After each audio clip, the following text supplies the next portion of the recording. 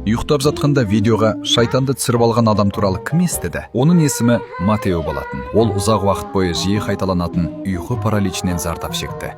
Күн сайын ұйықтап жатқанда неше түрлі қорқынышты бейнелер көретін. Бір сәтте ол не болып жатқанын түсіну үшін камера орнатуды шешеді. Телефонның камерасын қосып ұйқыға жатады. Таңертең видеоны көрген кезде камера оның түсінде көргендерінің бәрін жазып алғанын түсінеді. Жазбада кішкентай шайтанға ұқсайтын біртүрлі мақұлықтың оның кеудесіне отырып алғаны көрінеді. Ол тек отырып, оған тесіле қарайды. Бір сәтте жігіт көзін ашып айғайлауға тырысады, бірақ ол денесін қозғалта алмайды, дыбыс та шығара алмайды. Тек сол мақұлықтың көзіне тіке қараудан басқа амалы жоқ. Біраз уақыттан кейін ол қайтадан ұйықтап кетеді.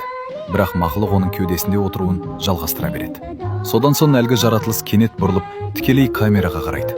Видео соншалықты қорқынышты болғандықтан, Матео оны бірден TikTokқа жүктеп, көмек сұрауға және осындай қорқынышты түстерден қалай құтылуға болатынын білуге шешім қабылдайды. Бұл жайлы көбірек білгіңіз келсе, TikTokқа ұйқы параличі деп жазыңыз. Ал сіздерде ұйқы паралич болды ма?